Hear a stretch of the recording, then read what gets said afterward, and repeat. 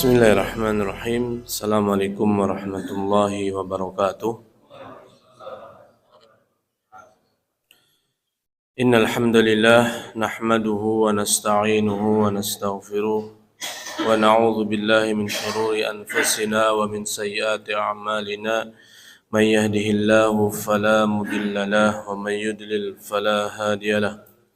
أشهد أن لا إله إلا الله وحده لا شريك له وأشهد أن محمدا عبده ورسوله لا نبي بعده اللهم صل وسلم على سيدنا محمد وعلى آله وأصحابه ومن تبعهم بإحسان إلى يوم الدين اللهم علمنا بما ينفعنا وانفعنا بما علمتنا وزدنا علما وارنا الحق حقا وارزقنا اتباعه وارنا الباطل باطلا وارزقنا اجتنابه اللهم فقهنا في الدين وعلمنا التأويل اللهم أحسن عاقبتنا في الأمور كلها وأجرنا من خزي الدنيا وعذاب الآخرة اللهم إنا نسألك الثبات في الأمر والعزيمة على الرشد والغنيمة من كل بر والفوز بالجنة والنجاة من النار يا أرحم الراحمين ربنا آتنا في الدنيا حسنة وفي الآخرة حسنة وقنا عذاب النار أما بعد. Baik, hadirin jemaah salat subuh yang semoga Allah Subhanahu wa taala merahmati serta memberkahi kita semua.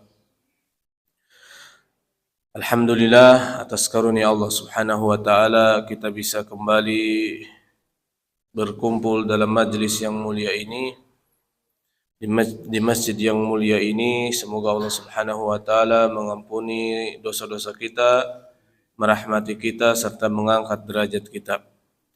Dan saya berterima kasih kepada hadirin semua yang telah memberikan waktunya dan kesempatan kepada saya. Semoga ini menjadi wasilah bagi kita untuk bermujalasah, mudzakarah yang menyebabkan kita diampuni dosa-dosa kita oleh Allah Subhanahu wa taala, di mana Allah Subhanahu wa taala berfirman dalam hadis qudsi, humul ladzina la yashqa ma'hum jalisuhum.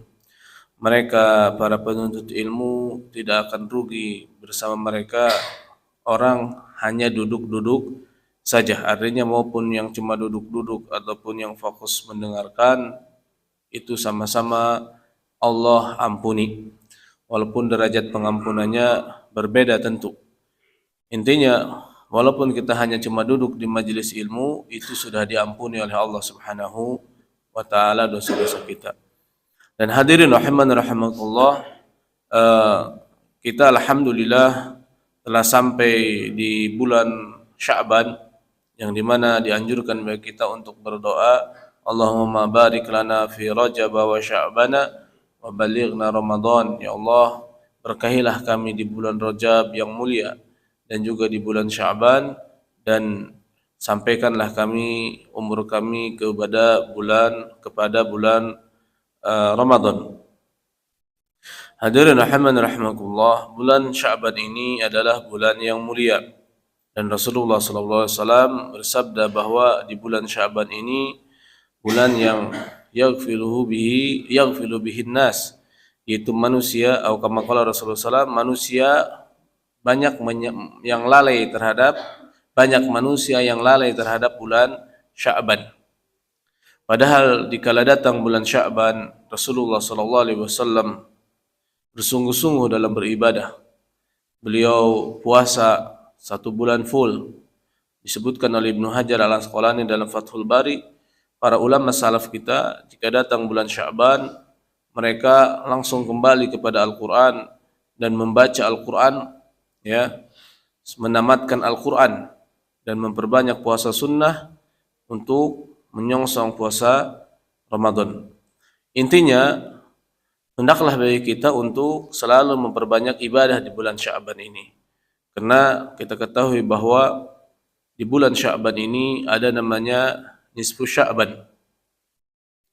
Dalam sebuah hadis yang sahih bahwa Rasulullah SAW bersabda, "Idza kana lailatu nisfi min Sya'bana, ittala Allahu ila khalqihi fayaghfiru lil mu'minina wa yumli lil kafirin." Dalam riwayat lain, illa li musyrikin aw musyahinin. Jika datang malam nisfu Sya'ban, maka Allah akan melihat kepada seluruh hamba-hambanya. Maka Allah akan mengampuni seluruh hamba-hambanya kecuali itu dua orang atau dua golongan. Tidak akan diampuni sama sekali oleh Allah Subhanahu wa taala pada malam nisfu Sya'ban. Itu apa? Yang pertama, orang-orang musyrik yang tidak mau mentauhidkan Allah Subhanahu wa taala, tidak mau mengkhususkan ibadah hanya untuk Allah Subhanahu wa taala. Dia ngaku mukmin, dia beribadah kepada Allah, tapi juga dia beribadah kepada selain Allah. Dia ngaku mukmin, tapi dia masih percaya dengan dukun, masih percaya dengan klinik, tahayul, khurafat, masih percaya dengan jimat, sihir, ya, sesajen kepada selain Allah dan yang lainnya, atau berdoa kepada selain Allah. Maka orang seperti ini tidak akan diampuni oleh Allah dosanya pada malam itu. Maka hendaklah kita untuk selalu mentauhidkan Allah Subhanahu wa taala, karena tauhid itu adalah salah satu jalan besar untuk kita selalu diampuni oleh Allah Subhanahu wa taala. Seberapa besar pun dosa kita, seberapa pun besarnya dosa kita dan banyak dosa kita, selagi di dalamnya tidak ada dosa syirik, insyaallah Allah akan ampuni. Insyaallah Allah akan ampuni. Dan seberapa banyak amal soleh kita, kalau ada dosa syirik, ya sia-sia, wassalam. Di mana Allah Subhanahu wa taala berfirman dalam sebuah hadis qudsi, ya ibn Adam, law ataitani bi qurabid dunya khataya, thumma laqitani la tusyrik bi syai'a, la ataituka bi qurabiha maghfiratan. Wahai anak Adam, jika engkau datang kepadaku dengan membawa dosa sepenuh bumi, atau sebanyak debu di bumi, atau segede bumi, tapi di dalam dosa-dosa itu tidak ada kesyirikan sedikit pun. Artinya tidak engkau melakukan kesyirikan kepadaku, tidak engkau menyekutukanku dengan suatu apapun, maka kata Allah, aku akan datang kepada engkau dengan semisalnya ampunan. Maka jangan kita menyepelekan kesyirikan, hadirin. Kita harus takut. Nabi Ibrahim saja takut. Beliau selalu berdoa kepada Allah, wa junubni wa bani an na'budal asnam. Ya Allah, jauhkanlah aku dan keluarga-keluargaku dari menyembah berhala, artinya melakukan kesyirikan. Baginda kita Nabi besar Muhammad sallallahu alaihi wasallam pun berdoa, selalu berdoa kepada Allah. Allahumma inni a'udzubika an usyrika bika wa ana a'lam wa astaghfiruka lima la a'lam. Ya Allah, aku berlindung kepada Engkau dari menyekutukan Engkau, dan aku sadar, aku tahu, dan aku berlindung kepada Engkau, dan aku mohon ampunan kepada Engkau dari hal yang aku tidak ketahui. Nah, ini harus kita pahami. Rugi kita kalau masih terjerumus ke dalam kesyirikan, karena akan dihapuskan oleh Allah dari daftar orang yang akan diampuni di dunia, lebih ngeri lagi di akhirat. Jadi tinggal malam nisfu Sya'ban saja, kita masuk ke dalam nisfu Sya'ban, walaupun tidak ibadah di malam itu, diampuni dosa kita. Kalau kita tidak ada dua hal tadi, tidak musyrik dan bermusuhan. Nah, kalau tetangga dengan tetangga masih bermusuhan, maaf-maafanlah. Ya, saling memaafkan antara keluarga, antara saudara, antara teman. Karena ngeri, hadirin. Rugi kita memiliki dua hal tadi. Baik. Tetapi ulama fikih, ya, seperti yang disebutkan oleh ulama-ulama Syafi'iyah, seperti yang dinukilkan oleh Said Bakri rahimahullah taala dalam kitabnya Fathul Mu'in, I'anatul Talibin, Syarah Fathul Mu'in di juz 1, mereka intinya semua ulama mengakui tentang keutamaan malam nisfu Sya'ban. Karena di malam itu akan diangkat seluruh amal kita, bukan amal soleh, amal kita, baik dan buruknya. Maka hendaklah kita memperbanyak amal soleh agar pada saat diangkat seluruh amal kita dalam 1 tahun ini, akhirnya banyak yang solehnya. Karena al-amru bil khawatim, perkara itu dilihat dari akhirnya. Maka kata ulama, walaupun malam itu adalah malam yang mulia, tapi tidak ada ibadah khusus. Ya, intinya kita ibadah seperti biasa, ya, perbanyak sholat sunnah, baca Quran, zikir, istighfar, salawat, bangun malam, salat tahajud, salat witir, seperti itu hadirin rahimani wa rahmatullah. Dan tidak ada malam salat nisfu nisfu Sya'ban. Itu dihukumi oleh ulama Syafi'iyah secara umum, dihukumi dengan namanya bid'ah mungkar, ya, tidak boleh dilakukan oleh kita. Tapi kalau ibadah yang biasa tidak masalah. Bapak-bapak mau sholat sunnah mutlak 100 rakaat silahkan. Pada biasanya seperti itu, sholat tahajud misal, silahkan aja, ya. Sholat witir dan yang lainnya, ya. Baik, kita akan kembali melanjutkan pembahasan kita, yaitu berkaitan dengan fikih ibadah. Rasulullah sallallahu alaihi wasallam bersabda, "May yuridillahu bihi khairan yufaqihu fid din." Barang siapa yang Allah kehendaki baginya kebaikan, maka Allah akan pahamkan baginya agama, terhadap agama. Kita faqih terhadap agama. Sehingga dengan kita faqih terhadap agama, berarti kita paham terhadap sunnah-sunnah Nabi sallallahu alaihi wasallam, ya, maka kita insyaallah ibadah kita akan diterima oleh Allah Subhanahu wa taala. Kita masuk ke bab wudu, hadirin. Bab nawaqidi al-wudu. Qala al-mu'allif rahimahullahu taala, berkata pengarang itu Syekh Nawawi Al-Bantani rahimahullahu taala. Babu nawaqidi al-wudu'i. Bab ini menjelaskan tentang pembatalan wudu. Hadirin rahimakumullah, saya yakin hadirin semua sudah paham, kita semua sudah tahu tentang pembatalan wudu. Tetapi tidak masalah. Kita dalam pagi ini bareng-bareng muzakarah, saling belajar bareng, saling mengingat bareng, yaitu tadi tujuannya apa? Untuk menambah catatan amal soleh kita. Sebentar lagi insya Allah akan diangkat ke langit ke hadapan Allah Subhanahu wa ta'ala. Mungkin insya Allah akan menambah wawasan kita, atau yang sudah kita ketahui akan semakin menguatkan pengetahuan kita. Tidak ada ruginya insya Allah berkaitan dengan ilmu. Baik hadirin, di sini insya Allah kita akan membahas tentang pembatalan wudu. Di mana beliau berkata nawaqiduhu arba'atun. Pembatalan wudu ada 4. Dalam mazhab Hambali ditambah ada 5, tambah 1. Yang satu apa? Makan daging onta. Jadi sekilas makan daging onta, ketelan sedikit pun, ya, dikira sate kambing. Ternyata sate onta, batal udah wudunya. Ya, batal wudunya, wajib wudu kembali.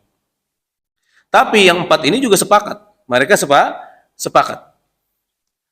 Tambah 1 yaitu memakan daging onta. Dalam mazhab Syafi'i tidak batal wudu apabila kita makan daging onta, cuma sunnah kita wudu. Dianjurkan wudu kembali. Kenapa mereka mengatakan bahwa makan daging onta batal wudunya? Mereka berdalil dengan hadis yang sahih. Hadis Rasulullah SAW dengan zahir hadis, tawaddau min luhumi al-ibil. Berwudulah kalian dari makan daging onta. Sengaja atau tidak? Sengaja. Lupa atau sengaja. Batal wudunya. Hanya selitas ketelan daging onta, batal wudunya. Nah, seperti itu hadirin rahimani wa rahimakumullah. Adapun yang maksud tawaddau, berwudulah kalian menurut ulama Syafi'iyah, ialah artinya bercuci tangan. Artinya kumur, bukan wudu ibadah. Nah, ini khilaf para ulama dalam hal ini. Ini wawasan bagi kita hadirin, ya. Sehingga dalam cabang fikih yang ada dalam mazhab Hambali, apabila seseorang makan bareng nih, kemarin sore atau kemarin siang, habis sebelum zuhur, makan bareng, nasi, mandi misal, ada daging, dipikirnya daging sapi atau daging kambing. Sahibul bait yang mengundang makan-makan tidak ngasih tahu bahwa ini adalah daging onta. Sebelum sholat duhur kita makan-makan. Dan orang yang makan-makan tadi dalam keadaan punya wudu. Makanlah dia, makan daging. Akhirnya kemudian pergi ke masjid, sholat. Dan akhirnya baru ingat si sahibul bait tadi bahwa di dalam nasi mandi itu ada daging ontaknya. Ada daging ontanya, banyak daging ontanya. Maka akhirnya dia kabari kepada teman-temannya. Mohon maaf teman-teman, ternyata kemarin banyak daging ontanya yang kalian makan itu. Maka siapapun yang makan dalam keadaan berwudu, kemudian dia sholat zuhur, maka hendaklah sholat zuhurnya diqadha. Sholat zuhurnya diqadha ulang lagi. Karena sholat zuhurnya tidak sah. Karena dia dalam keadaan tidak punya wudu. Baik. Kita kembali ke matan kitab ini. Al-awwalu, yang pertama kata beliau, pembatalan wudu furuju syai'in minal qubuli aw duburi illa mani syakhsil khariji minhu awwala marratin.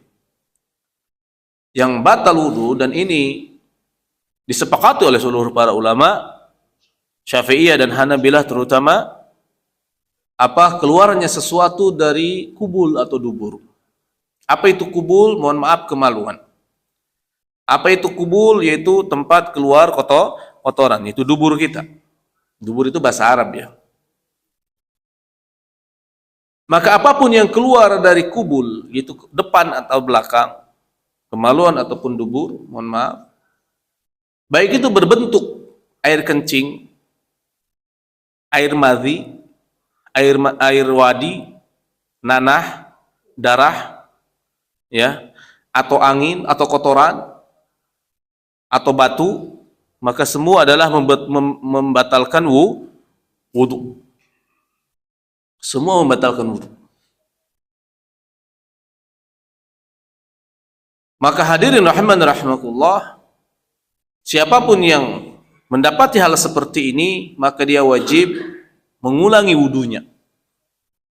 Wajib mengulangi wudunya. Kecuali di sini kata ulama, kecuali keluarnya mani pada keluaran pertama, artinya mani yang tidak diiringi dengan wadi atau madhi. Karena mani ialah suci. Mani itu adalah, mohon maaf, sperma itu adalah suci. Sehingga dengan sifatnya dia yang suci, sehingga pada saat keluar dari manusia, laki-laki atau perempuan, maka wudunya tidak batal. Karena sifat sucinya itu. Cuma mustahil kalau seorang keluar mani tidak diiringi dengan madhi. Sesuatu yang mustahil. Artinya kalau seseorang keluar mani pasti batal wudunya, dan dia punya hadas akbar. Karena pasti diiringi dengan apa? Madhi. Nah, ini hanya sebatas teori, istiqsaiyah. Artinya realisasinya tidak ada. Ya, mustahil seseorang keluar mani tanpa diiringi dengan madhi. Apa madhi? Madhi adalah cairan yang keluar pada diri manusia, laki-laki atau perempuan, jika dia mendapati dirinya naik syahwat, atau pada saat syahwat menurun. Kita tahulah, itu bentuknya cairan bening, kental, licin, dan itu hukumnya najis. Putih warnanya, dan itu hukumnya najis. Kalau nempel di pakaian, di celana dalam, harus dicuci. Kalau kita sholat, di dalam pakaian kita ada madhi atau wadi, satu jenis, cuma beda keluarnya. Kalau madhi adalah keluar diiringi dengan syahwat pasti. Kalau wadi ialah cairan sama bening tapi agak sedikit butek, kudroh, keluar dikala seseorang capek, habis olahraga, habis ngangkat-ngangkat beban, biasanya suka keluar itu cairan itu encer, maka itu hukumnya wadi dan tetap hukumnya najis. Sehingga jangan sampai ada di dalam pakaian kita, baik itu di celana atau dimanapun.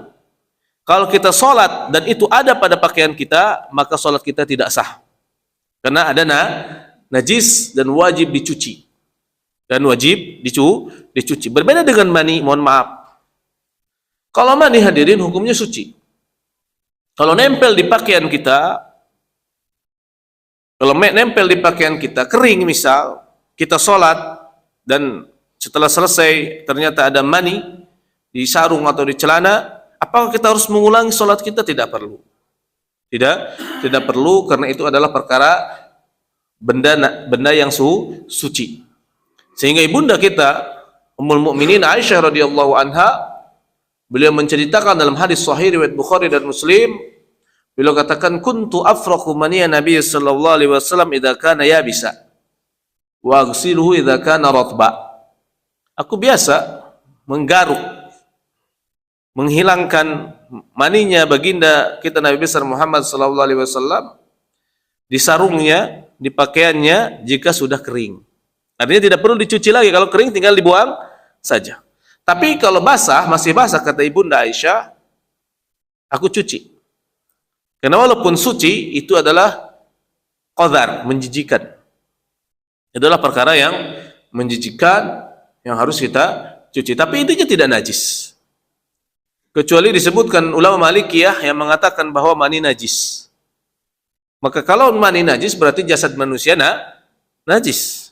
Nah, itu hadirin rahimani wa rahmatullah. Jadi kita ini suci, baik itu kafir ataupun muslim, jasad manusia itu adalah suci, ya. Baik. Jadi itu yang harus kita pahami. Nah, yang harus kita pahami juga hadirin ialah tentang sifat keluar sesuatu ini, terutama al-baul, itu air kencing, dan juga apa, rih yang paling sering kita dapatkan. Kalau buang air besar sudah beres urusan. Nah, berkaitan dengan keluar sesuatu dari kubul dan dubur yang membatalkan wudu, artinya kita punya hadas. Hadas apa? Hadas asghar. Hadas itu dalam fikih, dalam istilah fikih ulama lain selain dari mazhab Syafi'i, namanya najis maknawi. Jadi najis ada dua, ada najis dzati, ada najis maknawi. Najis dzatiyah itu najis dzatiyah, air kencing tadi, mani, wadhi, madhi, kotoran, darah, nanah, ya, bangkai. Itu najis mukhaffafa, najis mughalladha, najis mutawassith, itu namanya najis dzati. Adapun najis maknawi, artinya dia secara makna saja, ya, dikatakan najis, zahirnya tidak. Contohnya tadi apa? Hadas, ya, hadas, buang angin, bersentuhan kulit dengan buang angin, itu adalah kita disebut najis maknawi. Itu dalam istilah fikih yang lain, bukan dalam mazhab Syafi'i. Dalam mazhab Syafi'i namanya hadas asghar atau hadas akbar.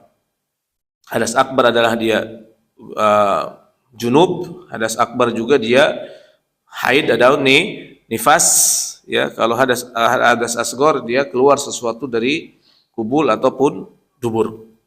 Baik hadirin, ada sebuah masalah yang terjadi pada diri kita, dan ini harus kita pahami berkaitan fikih buang angin ataupun kencing. Rasulullah sallallahu alaihi wasallam bersabda, dan beliau ditanya, syukiya ila Nabi sallallahu alaihi wasallam rajulun yukhayyalu annahu kharaja syai'an fi shalah. Ditanyakan atau dikeluhkan kepada Rasulullah sallallahu alaihi wasallam, ada sahabat yang mengeluh, ya Rasulullah, kalau saya sholat saya itu merasa kalau setiap sholat keluar angin atau keluar air kencing. Nah, kita semua pasti ngalamin. Bagaimana ya Rasulullah sikap saya seperti ini, keadaan saya seperti ini, syariatnya, syar'inya atau fikihnya? Maka kata Rasulullah SAW, la yansarif atau la tansarif, dalam hadis la yansarif hatta yasma'a sautan aw yajida riha. Jangan dia membatalkan salatnya atau membatalkan wudunya, dan jangan wudu lagi sehingga dia mendengar suara atau mencium bau. Perhatikan hadis ini. Hadis ini disebut hadis yang agung, hadis yang penting, inti dari permasalahan fikih. Salah satu dari 5 kaidah fikih. Apa? Asyak la yuziluhu, al-yaqin la yuziluhu syak. keyakinan tidak akan dihilangkan oleh keraguan. Ya. Kemudian izalatu ad-darar. Kemudian al-adah muhakkamah dan yang lainnya. Jadi 5 kaidah fikih. Di antaranya adalah al-yakin la yuziluhu asyak. Keyakinan tidak bisa dihilangkan dengan keraguan. Perlu kita pahami hadirin. Berkaitan dengan hadas atau najis, adanya hadas atau adanya najis harus berdasarkan yakin. Perhatikan itu. Adanya hadas ataupun adanya najis harus berdasarkan yakin, berdasarkan hadis tadi. Bukan berdasarkan ragu. Alhamdulillah. Tapi perhatikan. Tapi bersuci, baik itu dari hadas kecil ataupun hadas akbar, itu tolok ukurnya zon. Sudah rasanya cukup, sudah cukup rasanya. Sudah cukup rasanya. Artinya tidak yakin. 85% masih ada ragu. Yakinnya 85%, ragunya 25% itu zon. Kalau yakin 100% yakin. Kita ulangi lagi. Berkaitan dengan hadas ataupun najis harus berdasarkan yakin. Oke? Tetapi dalam bersuci apa saja, baik itu dari hadas akbar ataupun hadas asghar, tolok ukurnya apa? Zon. Baik Ustaz, tolong mungkin kita jelaskan. Begini. Alhamdulillah, ini adalah sebuah rahmat dari Allah Subhanahu wa taala. Kalau dibalik bersuci harus berdasarkan yakin. Saya rasa kita akan gila semua. Ya, saya rasa kita akan gila semua. Kenapa? Saya yakin akan ada syariat wajib di setiap WC ada kaca, cermin. Paham no? Kenapa harus yakin? Ini benar gak nih punggung saya kena sudah terbasuh air? Atau jangan-jangan, atau kalau masih jangan-jangan berarti belum yakin. Berarti harus mandi terus kita. Harus terus mandi, akhirnya apa? Akan timbul keraguan. Bersuci. Bahaya kalau sudah timbul keraguan dalam bersuci. Ada teman saya punya penyakit ragu, wudunya aja setengah jam. Wudunya saja setengah, kan kasihan kayak gitu. Jadi kayak orang gila dia. Was-was akhirnya. Was-was. Serius, teman saya di pondok, wudunya saja setengah jam, itu udah berember-ember. Kita suka kasihan. Bagaimana lagi? Seperti itu hadirin. Jadi kalau dibalik, itu saya rasa kita tidak akan mampu. Saya bilang tadi, bisa gila kita semua. Jadi alhamdulillah, tolak ukur bersuci cuma zon. Kenapa? Berdasarkan hadis dari Maimunah bintu Haris. Rasulullah beliau berkata, hatta idza dhanna annahu qad arwa basharatah afdhu ala badanihi. Jadi Nabi kalau mandi besar suka pertama cuci tangan, bersihkan najis, ya, kotoran-kotoran. Kemudian beliau mencuci muka, kemudian mencuci kedua tangan, ya. Kemudian menyela-nyela rambut dengan air. Kemudian diguyur sekali lagi. Kemudian kalau sudah yakin sudah terbasuhi seluruh badannya, langsung diguyur lagi sekali lagi. Habis itu sudah menyangka, bukan yakin, sudah menyangka bahwa seluruh badannya sudah terbasuh air, diguyur lagi sekali lagi, udah beres, tidak diperiksa. Tidak meriksa tangan, tidak meriksa punggung. Baik hadirin, maka di sini ulama mengatakan tolak ukur bersuci adalah zon.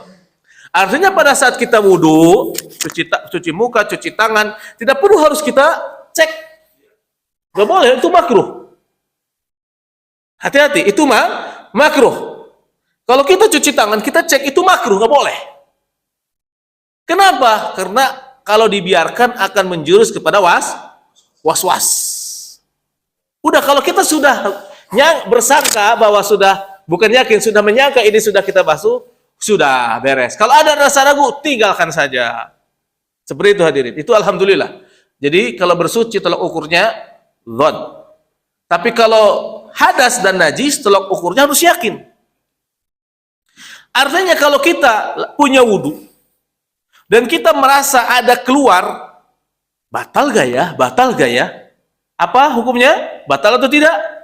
Tidak batal. Tidak batal. Karena harus yakin. Kan tadi kita, ini aku tadi buang angin atau enggak ya? Buang angin atau tidak? Maka tolak ukurnya yakin, berarti tidak batal. Harus kedengaran, kerasa suaranya atau baunya. Begitu juga kencing. Nah, ini yang bahaya kencing. Saya juga suka kadang ragu. Tapi kalau yang tadi bodo amat lah. Kalau kita kencing hadirin, kita sudah istibra. Istibra artinya sudah berusaha untuk mengosongkan air kencing di tetesan terakhir, mohon maaf. Kita sudah yakin tidak ada tetes lagi, baru kita wudu. Dan tidak boleh, kata ulama, tidak boleh, mohon maaf untuk laki-laki, mohon maaf ya, tidak boleh diurut, makruh. Bahkan sebenarnya mengharamkannya. Kenapa? Akan merusak jaringan dan justru akan menimbulkan apa? Syak, keraguan. Ya udah, kita duduk dulu sebentar. Sunnahnya kata ulama bagaimana kalau kita kencing? Kencing kan harus istibro. Karena orang yang diazab dalam kubur kenapa? La yastabro anil baul. Karena dia kalau kencing masih ada setetes lagi langsung cebok. Haram itu, perhatikan. Ada orang kan suka kencing, tidak memperhatikan najis. Buru-buru, masih ada mungkin setetes, dua tetes lagi, dia langsung cebok. Pas dia pergi, netes. Dia sholat. Berarti sholatnya tidak sah. Nah, sunnahnya apa? Pada saat kita kencing, tunggu dulu sebentar. Tapi jangan terlalu lama. Jangan terlalu semenit. Itu juga akan menimbulkan syak, was-was. Tunggu dulu sebentar, mungkin beberapa detik. Istibro. Sebagian ulama mengatakan tanahnu, berdeheb. Itu saja. Artinya sudah meyakinkan tidak ada tetesan lagi, kemudian kita cebok. Istinja. Nah, kalau sudah kita yakin tidak ada keluar lagi air kencing, sudah istibro artinya mengosongkan, ya. Kemudian kita istinja, cebok. Habis itu kita berdiri. Perhatikan ya hadirin. Berdiri, wudu. Kerasa ada keluar lagi. Kan ragu tuh. Apakah kita cebok lagi? Nggak perlu. Bahaya kalau kita cebok lagi. Bahaya kita cebok lagi. Dalilnya apa? Itu tadi, ya. Syukiya ila Nabi sallallahu alaihi wasallam rajulun yukhayyalu ilaihi anhu wajada syai'un fi shalah. Jadi maksud dari hadis ini, kata ulama, yaitu buang angin atau kencing. Dua hal tadi. Maka dicuekin saja, yang penting apa? Harus istibra. Nah, ini alhamdulillah memudahkan kita. Makanya saya bilang ini rahmat bagi kita semua. Karena hadirin, saya juga dulu sebelum memahami tentang masalah ini, saya kena penyakit syak di air kencing. Bolak-balik ke WC, bolak-balik. Sehingga disebutkan oleh ulama, setan itu untuk menggoda orang mukmin, kalau dia tidak bisa to the point menjerumuskan seorang mukmin ke dalam kesyirikan atau kekafiran, maka dia akan lari kepada maksiat. Kalau tidak bisa juga maksiat, maka dia akan lari ke syak. Ke syak. Maka di syak, kalau dia sudah bisa menjerumuskan seorang mukmin ke syak, justru akan menyerang nanti syariat. Maka kafir si mukmin tadi. Kenapa? Biasanya orang kalau sudah syak, ya, marah-marah. Waduh, capek saya ini bolak-balik WC terus.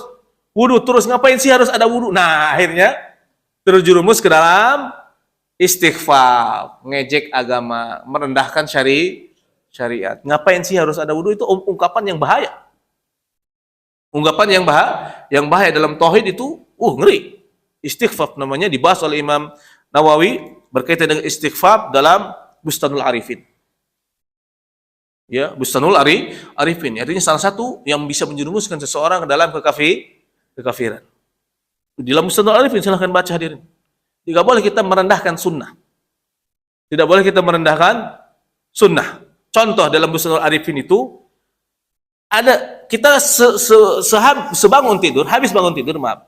Apabila kita bangun tidur, sunnahnya cuci tangan dulu. Berdasarkan hadis yang sahih, hadis Bukhari dan riwayat Bukhari dan Muslim. Ada seseorang meremehkan sunnah ini. Alah, ngapain harus cuci tangan dulu? Aku kalau habis tidur tahu kok tanganku di mana diletakkannya. Kata Nabi SAW apa? Fa inna ahadukum la yadri aina batat yadah. Karena kalau kita tidur, kita tidak tahu tangan kita ditaruh di mana. Bergerayangan kemana-mana. Mungkin megang najis, megang itu, megang yang lainnya. Maka kalau kita mau wudu, cuci tangan dulu. Apalagi zaman dulu kan wudunya pakai dicewok-cewok dengan satu tangan. Maka dicuci tangan dulu. Maka orang tadi pun berkata, kata Imam Nawawi, alah aku mah tahu di mana tanganku diletakkan pada saat aku tidur. Maka dia tidur di ranjangnya, dia ikat tangannya biar lebih yakin lagi. Diikat tangannya hadirin. Pas bangun, apa yang terjadi? Itu tangannya masuk ke duburnya seukuran sesikut. Sesikut. Ada satu lagi kisah. Ada seorang anak rajin ngaji, bapaknya gak suka anaknya ngaji. Ke si ustad. Akhirnya suatu hari ustad ngasih hadiah siwak. Hadiah siwak ke anak. Maka pulanglah si anak ke rumah. Maka kata bapaknya, dapat apa kamu ngaji itu? Gak ada gunanya kamu ngaji, ngapain ngaji? Nah kan suka anak, mungkin bapaknya liberal pemikirannya. Ini saya dapat hadiah dari guru ngajiku nih, siwak. Alah apa yang kayak gini? Ibu-ibu, bapak-bapak, apa yang terjadi? Dia masukkan siwak ini oleh si bapaknya ke duburnya untuk mengejek sunnah ini. Apa yang terjadi kata Imam Nawawi dalam Nusatul Arifin? Akhirnya dia hamil bapaknya. Hamil dan keluar dari duburnya jarwun. Apa jaru? Jaru itu anak hewan. Anak hewan sejenis seperti ikan. Keluar dari duburnya gede. Matilah dia dalam keadaan seperti itu. Nah itu namanya istighfar. Makanya setan kata ulama menggoda kita kalau langsung musyrik, kafir. Kalau nggak bisa, masih kalau tidak bisa, syak dalam beribadah. Makanya ulama tidak boleh kita pada saat wudu ngecek anggota wudu kita. Kan suka nih, kayaknya sih nggak kecuci. Jangan dicek. Kalau bisa langsung kasih air lagi, ya. Jangan dicek. Kenapa nanti ragu? Saya ada 2 orang yang sudah lapor ke saya, orang ragu. Satu teman saya sudah ragu setengah jam wudunya, itu real. Yang kedua, anak teman saya. Kalau wudu, katanya lama banget di WC, wudu terus. Kata saya, ya udah Bu, tengok aja bilang. Saya udah kamu wudu saya liatin. Ya. Kalau dia masih ragu, enggak, kamu udah cuci wudu, udah cuci tangan tadi. Gitu hadirin rahimani rahimakumullah. Tapi kita kembali lagi pada pembahasan ini. Intinya, di dalam hal yang keluar tadi harus berdasarkan yakin, baik itu najis ataupun hadas. Sehingga kalau misal ada orang, ya kalau kita berdasarkan syak berkaitan dengan hadas dan yakin, kita repot di sini sholat pun. Ingat, kalau kita berkaitan dengan hadas dan najis, tolak ukurnya syak, keraguan, dzon, ya atau syak, keraguan, maka berabe kita. Karena mungkin saja permadani ini najis. Ada orang dari WC nginjak air kencing, datang ke masjid, sampai ke sini najis. Baik, berarti kita tidak bisa sholat dong di permadani ini. Ya nggak bisa sholat kalau berdasarkan seperti itu. Tapi alhamdulillah berdasarkannya apa? Ya, yakin. Kalau najis dan syak, yakin. Berarti tempat ini hukumnya apa? Suci. Pernah saya ada sebuah peristiwa di sebuah masjidnya direnov. Akhirnya sholatnya di lapangan, di samping masjid, di depan masjid. Maka masyarakat terbagi 2, ada yang ingin sholat di sana, ada yang mengatakan tidak perlu sholat. Kenapa? Karena kemungkinan si lapangan tadi najis. Ribut itu. Akhirnya saya tengahin, saya bilang kepada yang tadi ragu bahwa di sini apa kemungkinan najis, saya bilang, Bapak lihat najisnya gak? Ada 3 najis itu. Ada ainnya, bendanya, atau baunya. Kalau tidak ada benda dan baunya, ada rasanya. Ada enggak? Tidak ada satupun. Berarti tempat ini suci. Tempat ini suci. Tapi saya ragu kemungkinan ini najis. Namanya madhannatun najasah. Tempat ini dimungkinkan ada najis. Nah, madhannatun najasah, tempat yang dimungkinkan ada najis, tetap hukumnya suci. Tetap hukumnya suci. Kena sangkaan itu. tidak diterima. Oke, Bapak-bapak, Ibu-ibu, insya Allah kita pahami ya dalam masalah ini. Jadi berdasarkan buang angin ataupun air kencing, ya, maka atau najis yang lain, maka harus berdasarkan yakin, bukan berdasarkan sangkaan. Sehingga kalau kita punya wudu, berarti kita yakin punya wudu. Kita wudu tadi habis zuhur, sebelum zuhur kita wudu, kemudian kita sholat zuhur. Terus kita punya wudu dan kita tidak meyakini, artinya tidak sadar, menyadari bahwa kita telah buang angin ataupun intinya tidak batal lah. Kita merasa punya wudu terus sampai datang waktu asyar, sampai datang waktu asar. Nah, pada saat waktu asar tiba, kita ragu. Tadi saya batal atau tidak? Ragu kan berarti tidak yakin. Maka apakah wudu kita batal? Maka tidak batal. Maka tidak batal. Kita tetap berwudu dengan hukum wudu pertama, wudu sholat duhur. Kecuali kita yakin, baik itu bersentuhan kulit, ataupun keluar angin, ataupun kencing, maka barulah dia batal. Tapi hadirin yang selanjutnya ialah wathani, yang kedua, zawalu tamyizi bijununin aw sakarin aw maradin aw naumin illa mimman nama mumakkinan maq'adahu min maqarrihi. Yang kedua, ulama sepakat tentang pembatalan wudu, yaitu hilang akal. Hilang akal. Apabila seseorang punya wudu, kemudian dia gila, walaupun cuma sedetik, walaupun cuma semenit atau setengah menit, maka batal wudunya. Ya. Atau mabok, maka dia batal wudunya. Atau dia sakit, nggak gila tapi sakit. Dengan sakitnya ini sampai dia hilang akalnya, maka juga batal wudunya. Dan atau tidur, ya, tidur juga membatalkan wudu. Hadirin rahimani wa rahimakumullah.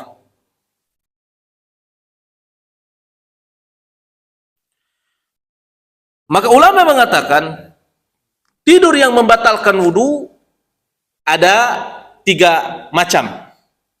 Yang pertama adalah seseorang tidur muttaji'an, yaitu tidur dengan terlentang atau tengkurap, atau ya intinya tidak sambil duduk.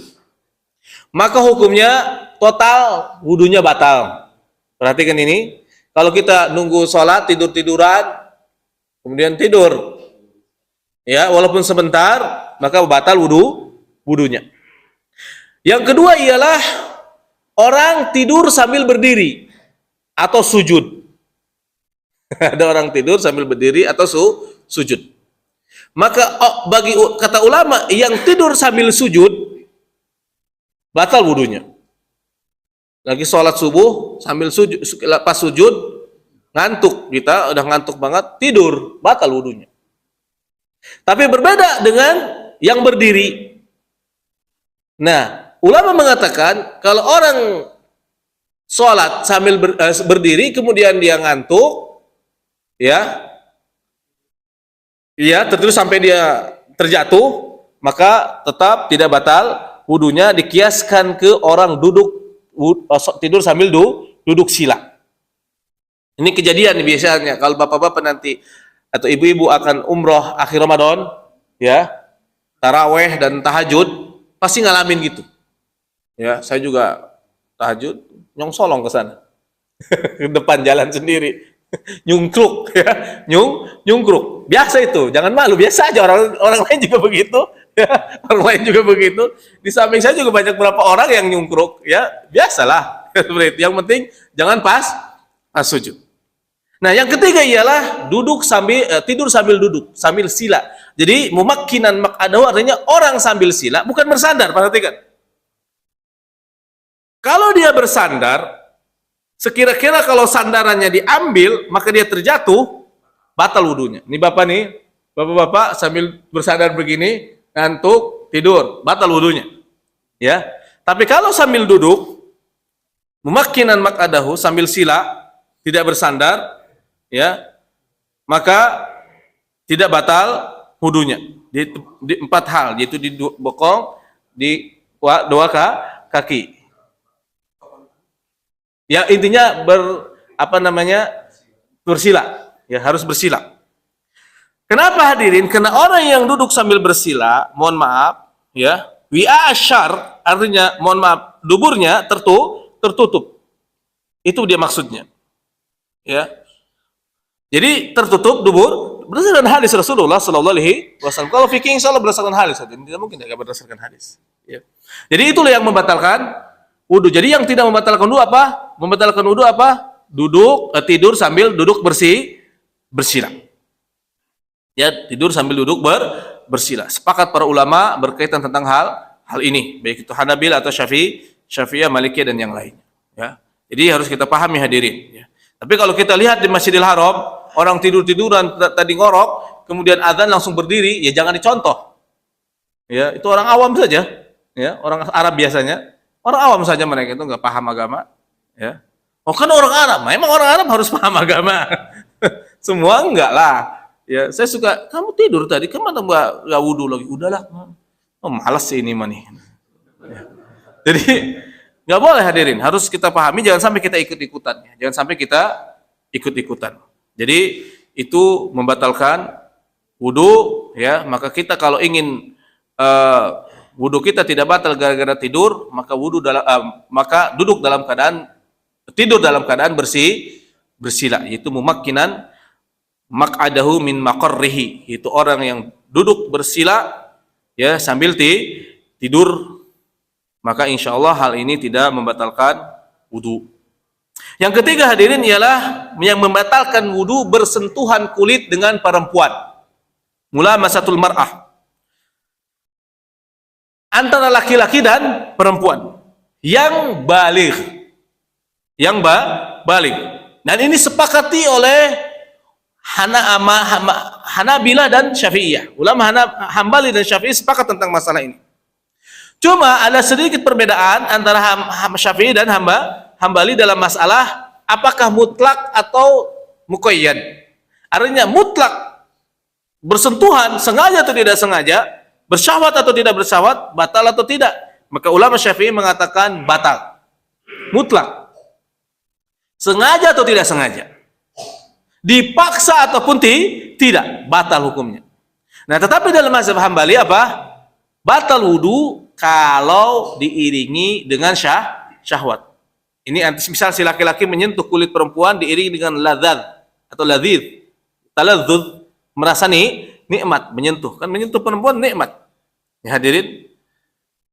Maka kalau seorang laki-laki atau seorang perempuan bersentuhan kulit, menyentuh kulit perempuan atau menyentuh kulit laki-laki, ada rasa nikmat pada dirinya, maka batal wudunya.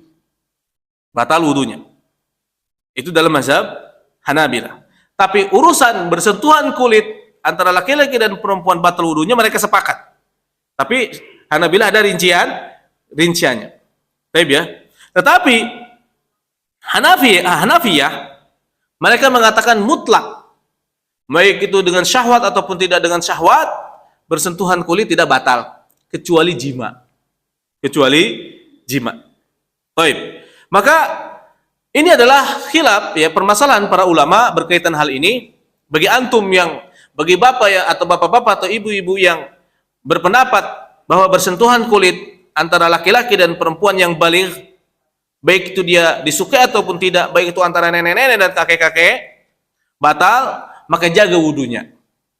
Atau ibu dan bapak misal punya pemahaman yang berbeda. Ya, yang satu berpendapat dengan pendapat Syafi'iyah, yang satu berpendapat dengan pendapat Hanabilah. Tolong saling hormati. Ya, suami istri ini. Karena saya mendapati sebuah kasus hadirin, ada sebuah rumah tangga yang cerai. Ini bodoh ini suaminya ini. Teman saya bilang si bodoh. Istrinya berpendapat Syafi'iyah. Ya, dia berpendapat tidak batal wudu kalau bersentuhan kulit. Setiap istrinya wudu dia poel. Ini serius. Dia usap kulitnya. Akhirnya istrinya ngamuk. Akhirnya cerai. Saya bilang, teman saya emang si Bahlul ini, kata saya. Sampai dia nggak berani ketemu dengan saya.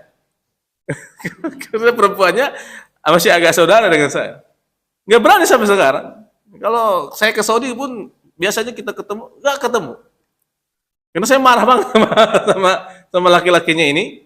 Nggak boleh sebodoh itu. Ya, kita harus hormati. Kita harus hormati. Saya jujur, saya berpendapat dengan batal wudunya. Saya berpendapat dengan batal, pendapat Syafi'iyah. Itu lebih hati-hati bagi saya. Dan istri saya tidak berpendapat wudunya batal. Istri saya tidak berpendapat bersentuhan kulit batal, kecuali dengan syahwat. Ya, istri saya menghormati saya. Ya hadirin, tidak ada istri saya, awas nih. Nggak ada. Ya, dia suka menghindar. Ya, apalagi kalau lagi sholat saya atau lagi punya wudu, ya udah. Seperti itu hadirin, rahimahullah. Saya mengambil pendapat ini karena ikhtiyati. Karena sama-sama kuat hadirin dalilnya. Lah Ustaz, bukannya Rasulullah sallallahu alaihi wasallam ya, beliau menyentuh kaki Aisyah ya, ketika salat, Rasulullah SAW ketika salat, Aisyah ketika tidur ya. Yuwazilani artinya menoel kakinya Aisyah, dan Aisyah menyentuh kaki Rasulullah SAW. Nah ini dalam mazhab Syafi'i ditakwil. Nah dia harus santai, dia dalam fikih itu santai. Ini semuanya mengakui ini hadis ini hadis sahih riwayat Bukhari dan Muslim, cuma ditakwil. Ditakwilnya apa? Oh mungkin saja waktu itu ibunda Aisyah lagi pakai khuf, lagi pakai khuf, lagi pakai kaos kaki, ya. Jadi pada saat Nabi sentuh, beliau lagi pakai kaos kaki. Seperti itu. Oh juga sebaliknya, Nabi Muhammad SAW lagi pakai kaos kaki. Santai saja dalam fikih itu seperti itu. Ya, yang jelas Imam Syafi'i berdalil dengan surat An-Nisa, awlamastumun nisa. Di dalamnya enggak dipanjangin, awlamastumun nisa. Karena ini adalah khilaf sabah, ada yang dipanjangkan awlamastumun nisa. Artinya hanya selintas menyentuh batal, karena lamastum adalah fi'il sulasi mujarrad. Mujarrad dia, sulasi mujarrad. Kalau dipanjangkan mazid satu mufa'alah, artinya harus saling bersentuhan, ada syahwat, bermakna jima. Dalam hal ini tidak bisa kita saling menyalahkan. Maka saya sarankan untuk saling menghormati. Ya, misalnya di sini ada bapak-bapak yang berpendapat tidak batal. Ya, ada yang yang batal. Ya. Tidak boleh, dan istrinya mengatakan tidak batal. Tidak boleh saling jahil dalam hal itu, karena ada satu kejadian. Ya, mungkin banyak kejadian kali, tapi saya mendapati satu kejadian ini cerai gara-gara suaminya nakal, ya, tidak mau menghormati pendapat istrinya. Tapi alhamdulillah saya di rumah happy aja tuh, nggak ada masalah. Alhamdulillah, ya happy saja, tidak masalah, ya, dengan istri. Bilang, udah Mi, bukannya Abi dulu ya ini, ya udahlah Abi sekarang aku lebih yang agak hati-hati ini, ya, karena ya kehati-hatian. Ya udah, kamu kalau seperti itu ya nggak apa-apa, tapi kamu jangan menyentuh aku dulu ya. Aku mau sholat. Seperti itu hadirin rahimakumullah. Jadi santai saja, ya, santai saja. Baik. Nah ini kalau kasus kita, terutama yang Syafi'iyah, kasus mau umroh, ya. Sebenarnya dalam mazhab Syafi'i ada namanya qaul qadim. Ada namanya qaul jadi. Dalam qaul qadim, mazhab Syafi'i, Imam Syafi'i, qaul qadim Imam Syafi'i, beliau berpendapat bahwa bersentuhan kulit dengan perempuan tidak batal mutlak. Itu qaul apa? Qaul qadim. Adapun qaul jadi batal. Ya. Sehingga saya umroh bareng kiai saya. Beliau Masya Allah fanatik sekali mazhab Syafi'i. Ya. Maka hei, gimana wudunya? Pakai mazhab Hambali? Enggak, tetap Syafi'i. Lah kok bisa? Lah kan kamu ingat qaul qadim. Oh, iya. Pakai qaul qadim dalam mazhab Syafi'i juga, dia dalam qaul qadim tidak batal. Akhirnya kembali lagi ke masa lalu. Qaul qadim. Dan sebenarnya hadirin, bagi yang Syafi'iyah, hendaklah dia kalau umroh berwudu dengan wudu mazhab Maliki atau mazhab Hanafi atau Hambali. Nah, yang paling mudah mazhab Hambali saja. Ya.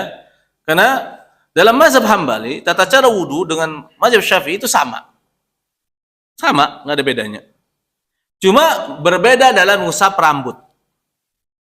Dalam mazhab Syafi'i, ngusap rambut seluruhnya, ya, dari depan ke belakang, ke tengkuk sampai ke depan lagi, itu sunnah muakkad. Itu sunnah muakkadah. Syafi'i sunnah muakkadah. Kita kalau wudu bukan sedikit saja, sedikit itu wajibnya doang. Itu wajib. Jadi hanya wajibnya seperti itu, yaitu sedikit. Tapi kalau diusap dari depan ke belakang berdasarkan hadis Imran bin Husain, ya, ke depan ke belakang, dari depan ke belakang kemudian balik lagi ke depan, itu sunnah muakkadah. Tapi dalam mazhab Hambali itu wajib. Enggak sah wudu kita kalau tidak seperti itu. Ya, tidak sah wudu kita kalau tidak seperti itu. Maka kalau umroh, ya, untuk mengambil pembatalan Hanabilah, maka langsung wudu dari depan ke belakang, dari belakang ke depan lagi. Insya Allah nanti pada saat tawaf, kalau bersentuhan kulit tidak batal. Seperti itu hadirin rahimakumullah. Karena namanya saya juga sering bawa jamaah umroh dan banyak kasus yang ditemui ada jamaah umroh bulan Desember, ya, bulan Desember dia kekeh pakai pembatalan Syafi'iyah. Akhirnya hadirin dia bolak-balik wudu sampai menggigil. Ini saya bukan bohong, ini real. Sampai menggigil. Musim dingin gimana? Air kayak gimana? Dinginnya kayak air kulkas. Ya. Wudu terus. Ya batal terus, gimana gak batal? Gak mungkin gak batal, mustahil.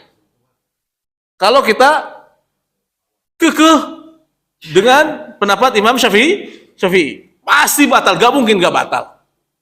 Apalagi Bu Taifnya dicakar gitu aja sama ibu-ibu. Takut hilang ibu-ibunya.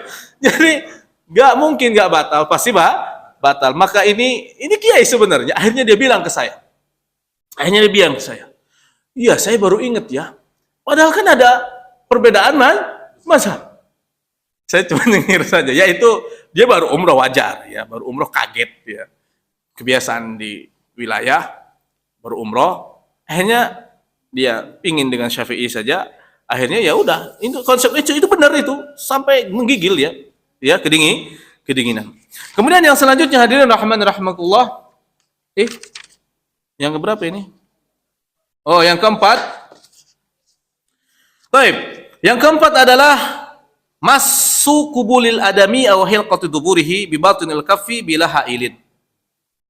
Mengusap kemaluan atau dubur anusnya, mohon maaf, saya lebih jelas lagi. Dubur di sini adalah bukan bokong. Tapi tempat keluar kotoran anusnya. Ya, hadirin. Maka mengusap ini hukumnya batal. Tapi apakah batalnya dengan punggung tangan atau dengan seluruh kulit badan kita? Tidak ada. Ada penjelasannya, ada tolak ukurnya atau dawabitnya. Ya, ada batasannya. Yang membatalkan menyentuh kemaluan kita ataupun orang lain, sengaja atau tidak sengaja, dipaksa ataupun dengan dengan kesadaran sendiri, maka hukumnya batal hanya dengan telapak tangan. Ingat, telapak tangan.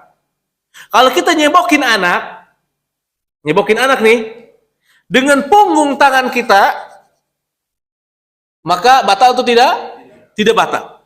Bila hailin tanpa penghalang. Artinya kalau kita pakai sapu tangan, sarung tangan, maka tidak batal. Perhatikan itu, ya. Atau ya intinya jangan sampai telapak tangan langsung. Yang putih-putihnya. Perhatikan hadirin, caranya bagaimana kita adukan tangan kanan dan tangan kiri. Perhatikan ya. Maka yang nempel antara tangan kanan dan tangan kiri, kalau disentuhkan ke kemaluan ataupun dubur, itu yang batal. Jadi kalau di ujung tangan ini, maka tidak batal. Samping-sampingnya tidak batal. Yang batal adalah benar-benar telapak tangan ini, harus kita pahami, ya. Karena Rasulullah SAW ya bersabda beliau bersabda berkaitan dengan dua hal tadi, man massa farjahu falyatawadda. Barang siapa yang mengusap farjnya, kemaluannya, maka dia batal wudunya dan dia hendaklah berwudu kembali. Maka dubur ya itu dikiaskan atau dinisbahkan ke farj, ke kemaluan. Jadi kemaluan inti dan dubur pun sama disebut kemaluan dalam hadis. Dalam hadis ini seperti yang dijelaskan oleh para ulama. Tetapi ulama Malikiyah mengatakan tidak batal. Tapi jumhur Syafi'iyah, Ijma dan Hanabilah batal. Sengaja ataupun tidak sengaja. Ingat, harus dengan kedua telapak tangan. Nah, berkaitan dengan bersentuhan kulit antara laki-laki dan perempuan, saya kembali lagi hadirin. Itu tidak batal kalau yang bersentuhan antara kuku dengan kuku atau kuku dengan kulit. Kuku nih dengan kulit tidak batal. Atau gigi dengan gigi. Suami istri Syafi'iyah misal ingin bersentuhan bikin kangen, adu gigi. Ya, tidak batal. Atau kita ngelus kepala istri kita, dielus kepala. Rambut, ya, itu tidak batal. Yang batal adalah kulit. Seperti itu ya. Jadi berkaitan dengan hal ini, kalau kita ingin menyeboki anak, ya, maka dalam keadaan berwudu dan kita tidak mau wudu lagi, maka jangan dengan telapak tangan, tapi dengan punggung tangan atau pakai sapu tangan. Seperti itu, sarung tangan, sarung tangan. Intinya ada hail, ada penghalang antara telapak tangan kita dengan kemaluan ataupun dubur. Ya, seperti itu hadirin rahimani wa rahimakumullah. Semoga dengan hal ini hadirin rahimani wa rahimakumullah, ya, kita menjadi hamba Allah Subhanahu wa taala yang salat ya kepada Allah, menghadap Allah Subhanahu wa taala dengan menjaga syarat dan rukunnya. Karena salah satu syarat salat adalah apa? Wudu, ya. Bersih dari hadas akbar dan hadas asghar. Saya cukupkan sampai di sini hadirin rahimani rahimakumullah ya. Insyaallah semoga masih ada waktu dan kesempatan pada kesempatan yang akan datang kita akan terus membahas tentang masalah fikih ibadah. Mungkin sebelum saya tutup ada yang ditanyakan, silahkan. Moga. Bapak. Waalaikumsalam warahmatullahi wabarakatuh. Moga, Pak. Ini Ustaz, yang pertama masalah wudhu, yang kedua masalah dosa syirik. Yang pertama saya pernah baca kisah kisah Imam Syafi'i. Imam Syafi'i pada suatu waktu pernah nginap di rumahnya Imam Ahmad. Ya. Ya. Pada suatu malam Imam Syafi'inya tidur. Habis tidur langsung sholat aja langsung. Nah, anaknya Imam Ahmad bertanya, ya itu kenapa Imam Syafi'i tidak wudhu dulu sebelum sholat? Wah, dia itu tidurnya udah tidur kayak padahal tidak tidur. Nah, nilai batasnya mana, Ustaz? Itu saya bacakan di kisah itu, saya detailnya agak jelas. Yang kedua masalah dosa syirik ya.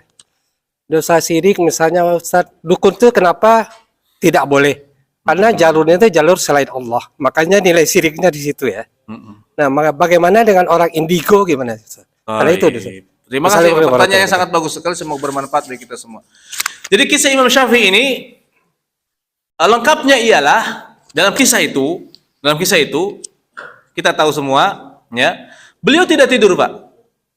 Beliau tiduran tapi sedang murojaah.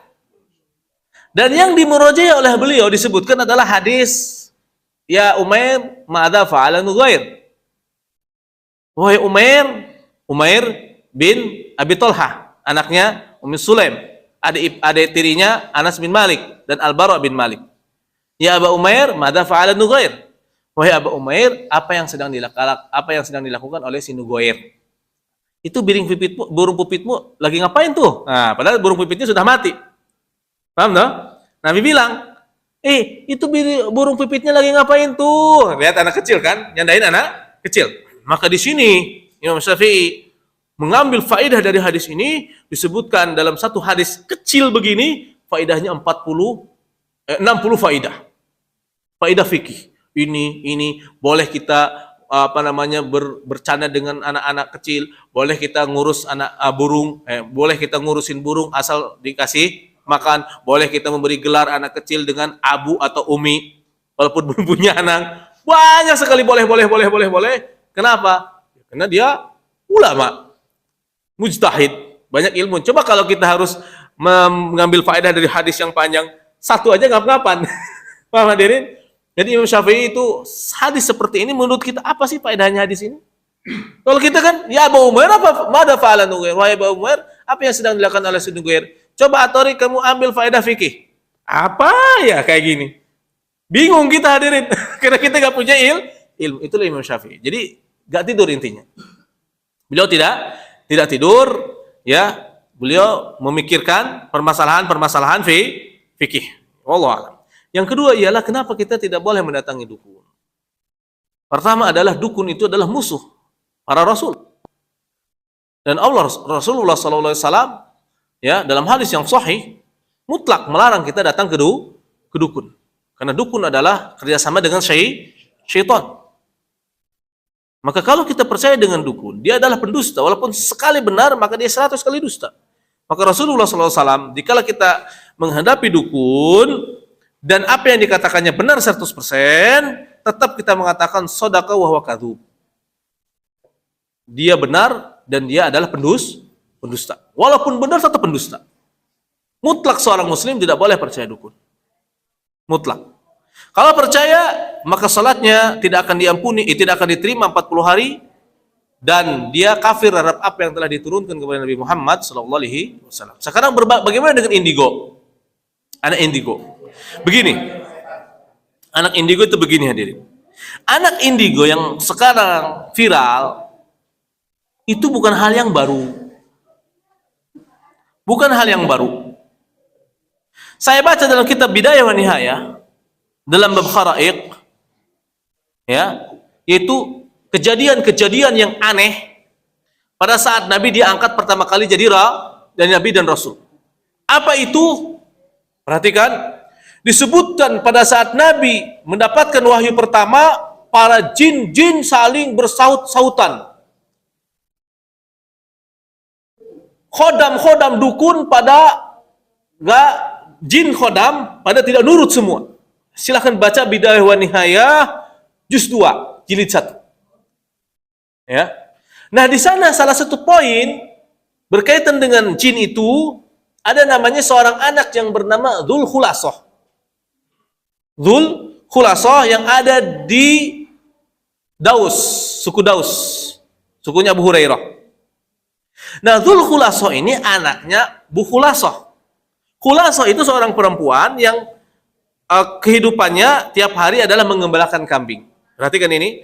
Dan dia hadirin, mohon maaf, pada saat mengembalakan kambing, dia tiba-tiba digulung oleh angin puting beliung berwarna hitam.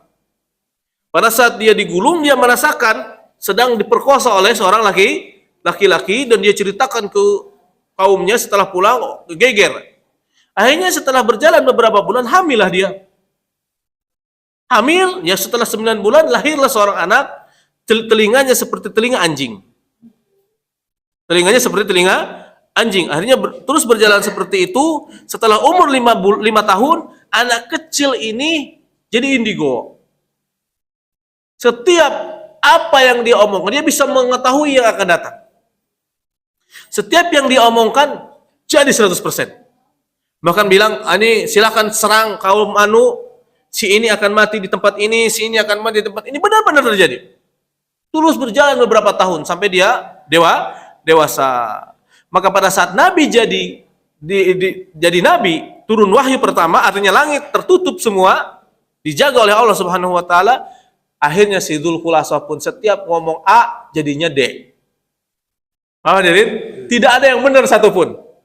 Tutup semua. Kata dia, perangnya kaum suku bakal menang. Malah hancur-hancuran.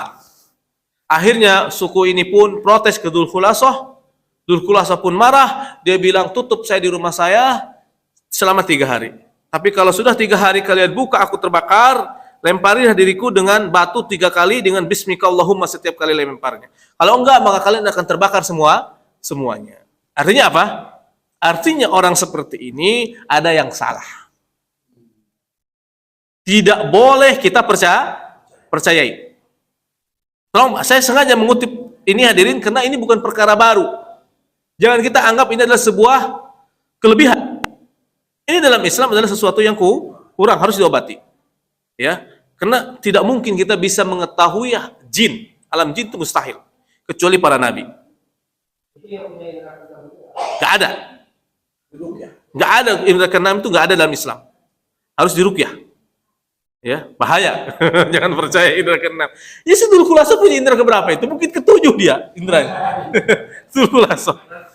Mohon maaf. Akhirnya Sidul Khulaso itu pun mati, binasa, terbakar, dan dia dibuat patung dan disembah patungannya, dan patungnya akhirnya dihancurkan oleh Rasulullah SAW di akhir hayat beliau. Yang menghancurkannya adalah Jarir bin Abdullah Al-Bajili. Dan suatu hari nanti, ini sekarang ada di daerah Saudi sekarang, masuk ke negara Saudi, namanya Kampung Irkul Kafir. Masih ada itu patungnya, reruntuhannya masih ada. Lihat di YouTube.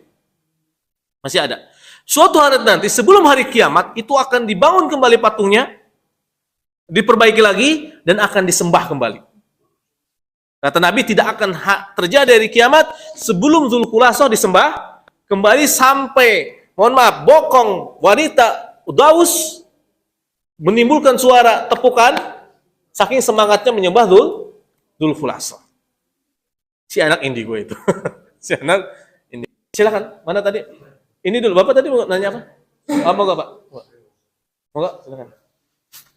Bagaimana dengan orang yang kena penyakit prostat, Ustaz? Prostat ya. Jadi dia kan kencingnya keluar begitu aja.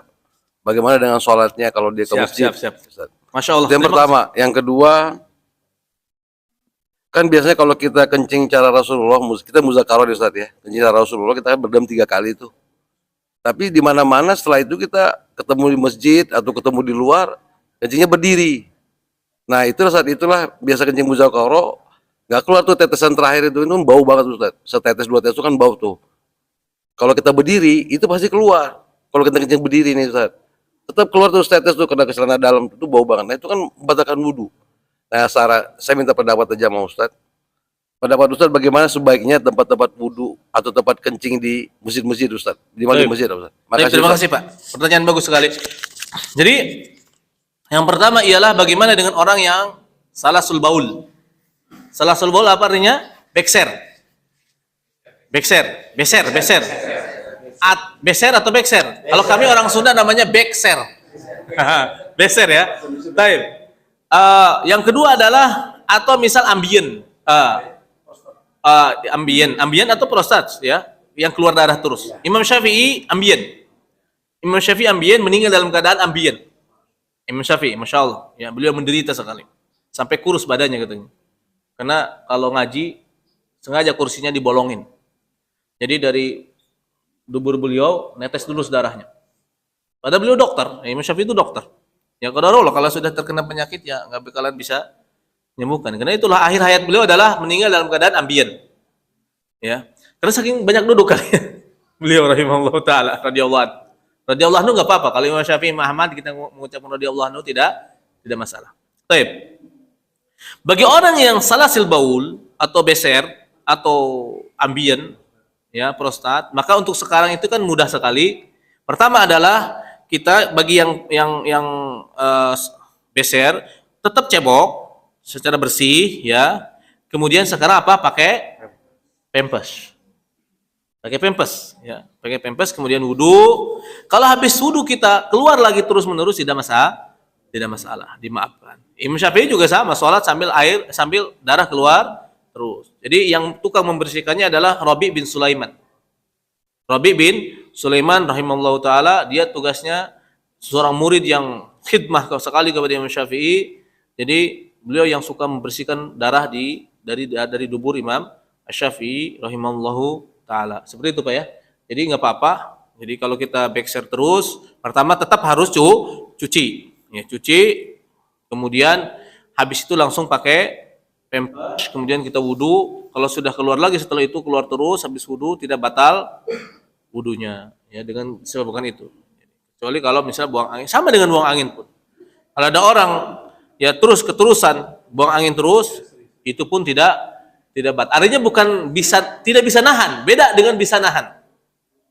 Dia cuma bisa nahan misal 5 menit, dia bisa nahan 5 menit, berarti masih bisa nahan. Artinya dia tidak boleh dia wudu kecuali nanti sebelum salat, setelah dia dirikan. Maka dia kemudian wudu, kemudian dia salat, dia tetap harus nahan buang angin. Kalau misal masih bisa nahan 5 menit lah bisa nahan. Tapi kalau tidak bisa nahan sama sekali, per 1 menit 2 kali, atau bahkan 1 menit 3 kali, maka orang ini dimaafkan. Tetap dia wudu, habis itu dia berjalan terus, ya, buang angin terus pun tidak masalah.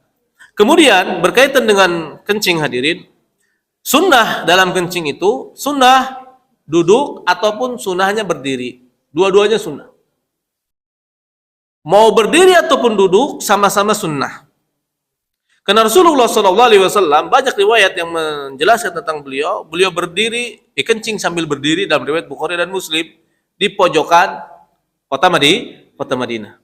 Yang penting bagi orang yang kencing sambil berdiri harus menjaga istirdadul baul. Apa istirdadul baul? Cipratan. Itu harus dijaga. Ya. Jangan sampai kita berpikir bahwa sunnah itu hanya duduk saja. Enggak. Jongkok, maaf. Karena tidak ada duduk zaman dulu. Jongkok, ya. Jadi mau jongkok ataupun berdiri sama-sama sunnah, ada hadisnya. Justru disebutkan dalam itu, ulama menyebutkan bahwa kalau kita di keramaian, kita kebelet ingin buang air kecil, kemudian jangan duduk, jangan jongkok. Karena jongkok kan aurat kita kemana-mana. Maka bagusnya sambil berdiri. Lihat sikon. Nah, berkaitan dengan tadi, masih ada tetesan Pak ya? Itu tadi, tetap usahakan istibra. Tetap usahakan istibra. Perhatikan, tetap usahakan istibra. Oke, kalau kita sudah istibra sambil berdiri, yakin sudah tidak netes lagi. Kemudian kita cebok, kemudian kita wudu. Oke, terus. Habis sholat kita, ingat, habis sholat kita pakai celana dalam nih, beres sholatlah kita. Kemudian kita kencing lagi kan? Kan kita habis sebelum ganti celana dalam kan pasti berkencing berkali-kali. Oke ya? Pas kita ganti celana dalam, iseng misal nyium celana dalam, ada bau di sana. Perhatikan ini, ada bau di sana. Apakah sholat duhur tadi misal harus dikodok? Nah ini hadirin, ada kaidah fikih yang disebut apa? Yuraddu ila zamanin qarib, ila zamanin qaribiyah. Dikembalikan ke waktu yang dekat. Baik, dikembalikan ke waktu yang dekat. Ini penting sekali. Kaitannya dengan apa? Dengan al-yakin la yuziluhu syak. Keyakinan tidak dihilangkan oleh keraguan. Jadi kalau kita nih mendapati di celana dalam kita bau nih, ya, setelah sholat atau jauh mau asar, kita kan tadi kira-kira duhur nih Pak ya kasus ini, maka kita kembalikan, ini kayaknya waktu tadi kencing sebelum asar. Jangan dikembalikan, kayaknya kencing sebelum duhur, nggak boleh. Nggak boleh, nggak selesai. Contoh kasus ini sepakat ulama tentang masalah ini. Saya habis wudu, kemudian saya ke masjid, oke? Pas ke masjid, mendapati di tangan saya, perhatikan, mendapati di tangan saya apa? Ada lakban. Apa aja lah yang menghalangi air ke anggota wudu. Dan tidak tahu saya kapan lakban nempel. Apakah tadi sebelum wudu atau setelah wudu? Dan ini kejadiannya sudah lama, sudah kering, ya, sudah habis sholat duhur. Maka dikembalikan ini si lakban ke zamanin qarib. Kayaknya tadi deh waktu ke warung atau kemana, tadi barusan nempel. Artinya tidak perlu ngulangi sholat. Insya Allah bisa dipahami hadirinnya seperti itu. Jadi itu namanya zamanin qarib. Zamanin qarib, ya, waktu yang tadi barusan. Waktu tadi barusan. Itu kaidah fikih yang harus kita pahami. Ulama fikih selalu membahas tentang masalah zamanin qarib. Itu penting untuk menghilangkan keraguan. Kecuali kita yakin kalau monggo. Oh iya, kalau darah nyamuk dimaafkan. Ya, darah nyamuk dimaafkan. Kecuali nyamuknya gede segede. Nggak apa-apa. Kalau darah nyamuk dimaafkan, Pak. Itu ma'fun. Hah? Darah muda. Darah apa? Darah muda. Tapi seperti itu ya. Kalau darah nyamuk dimaafkan, darah kutu dimaafkan. Ya, darah kutu dimaafkan darah bisul kita, darah bisul kemudian darah busrah apa? Jerawat dimaaf kecuali banyak. Kecuali banyak itu kan sedikit. Ya. Silakan.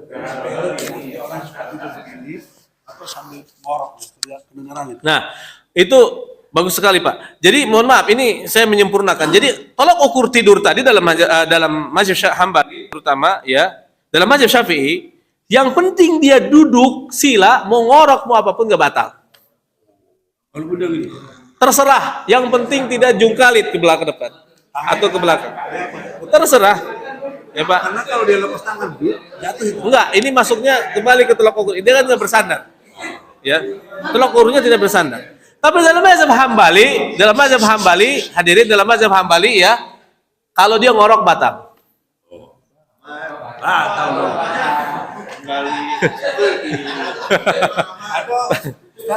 tapi amannya ya wudu lagi nggak apa-apa. Ini paling sering ditemukan. Itu nggak boleh.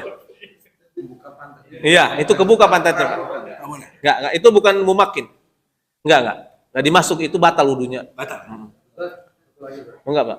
Bagus duduk bersila atau duduk kayak Iftirak. Itu sama juga, mumakin itu juga sama. Iftiras, itu bukan iftiras, itu duduk mumakin. Intinya mumakin itu adalah sila dan di atas apa? Kedua telapak kaki, intinya dia menutup wi'ausyar. Wi'ausyar itu ya itu tadi tempat untuk kita ya.